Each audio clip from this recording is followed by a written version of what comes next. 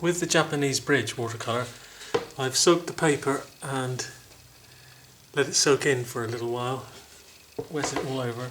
I'm going to paint just the top part of the image to start with the lightest colours, and I have a mixture of permanent rose and a little ultramarine,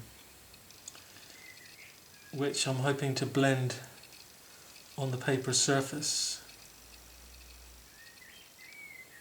rather than mixing one colour to put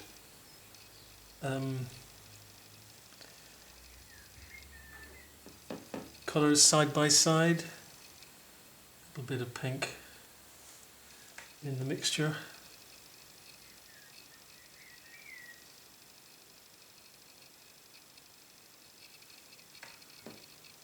For this wisteria.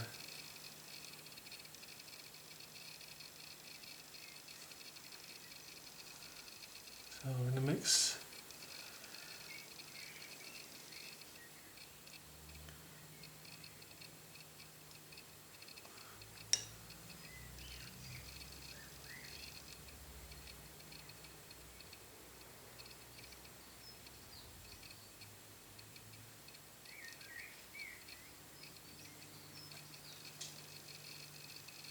So typically this will start to dry out at the corners, and I've got to try and paint as much of this as I can while this remains wet.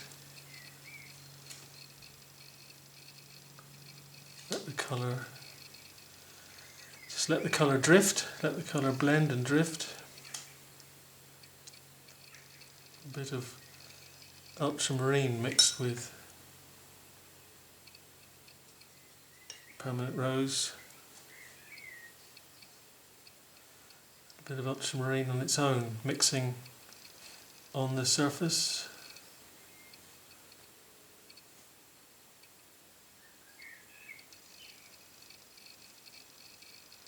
So that's just ultramarine, which will blend with the permanent rose.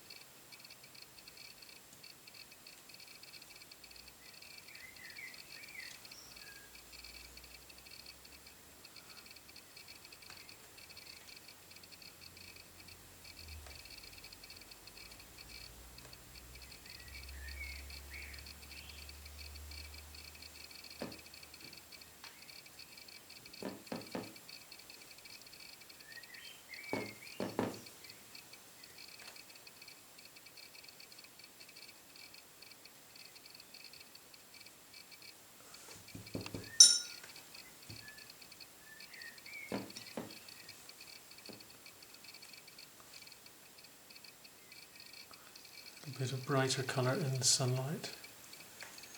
This is sunny and then shadow with the pink and the mauve.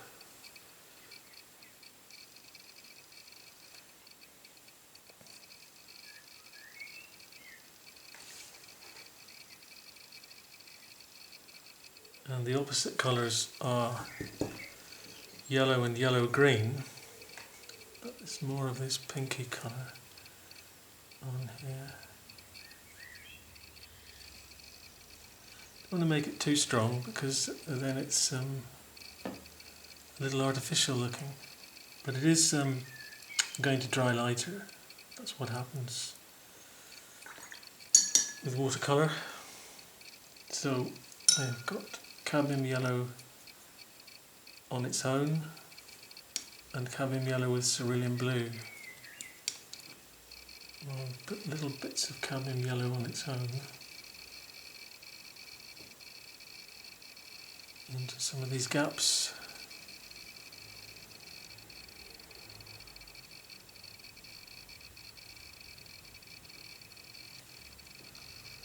And then cadmium yellow with cerulean blue.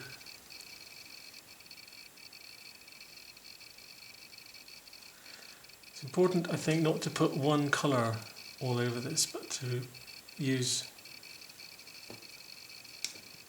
little differences in colour. Yellow and yellow-green.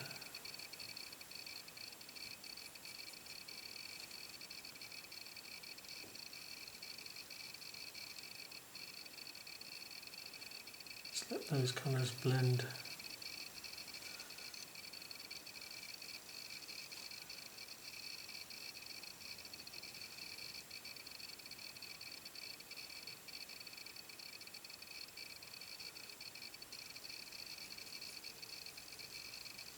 So keeping to this area above the river, above this little stream, and using a variety of greens, so yellow-green up here,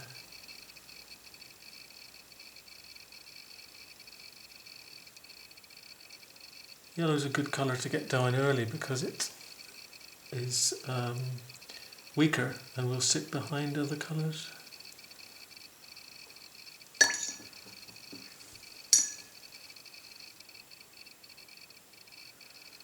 It's just a little splash of blue, of sky.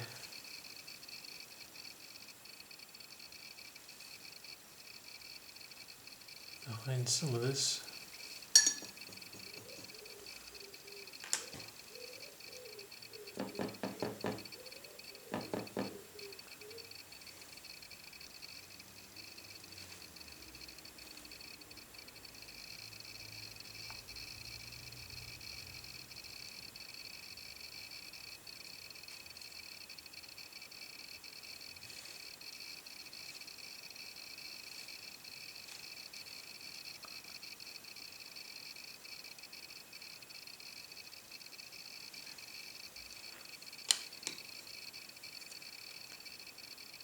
Then a little bit of purple.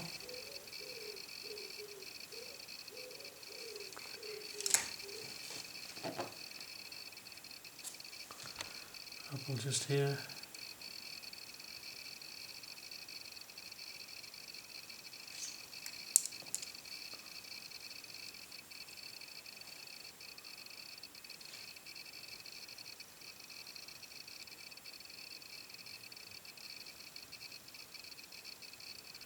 So there's a haze of foliage and branches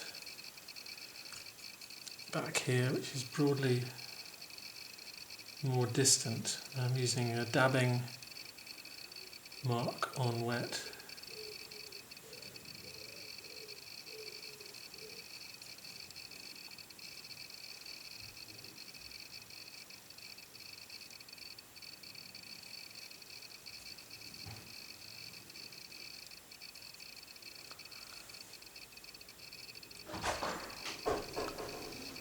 I just had a chat with a lady from your